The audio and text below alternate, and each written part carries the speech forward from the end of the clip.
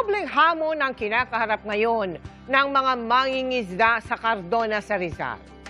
Humihina na nga ang kanilang huli at lalo pang pinagpapabigat ng mataas na gasto sa pagpalaot nila ang taas ng presyo ng gas. Sa ilalim ng Operation Bayanihan ng GMA Kapuso Foundation, nagtungo tayo roon para maghatid ng tulong. Pangingisda ang pangunahing kabuhayan ng mga residente sa Cardona, Rizal, gaya ni Rico.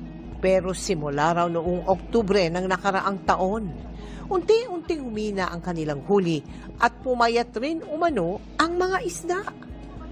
Isa raw sa posibleng dahilan ang hindi magandang kalidad ng tubig sa Laguna de Bay. Talagang humirap na po talaga ang pagdaragat. Yung huling palaot nung Friday, wala po talaga naiuwi. Pang-ulam lang naghati-hati pa po kami. Isa pa raw sa iniinda ng mga mangingisda ang walang prenong pagtaas ng presyo ng gasolina, kaya hindi na sila laging pumapalaot.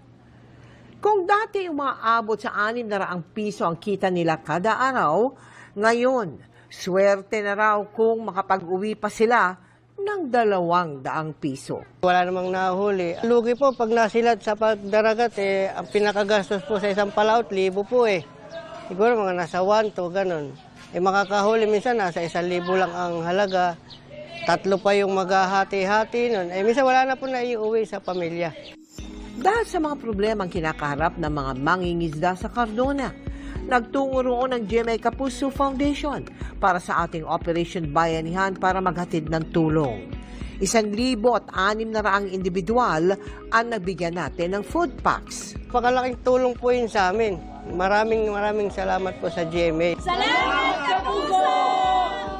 Sa mga nais sa inyong tumulong, maaari po kayo magdeposito sa aming mga bank account o magpadala sa Cebuana Lulier. Pwede rin online via GCash, Shopee, Lazada, Globe Rewards, Metrobank Credit Card at Palawan Pay.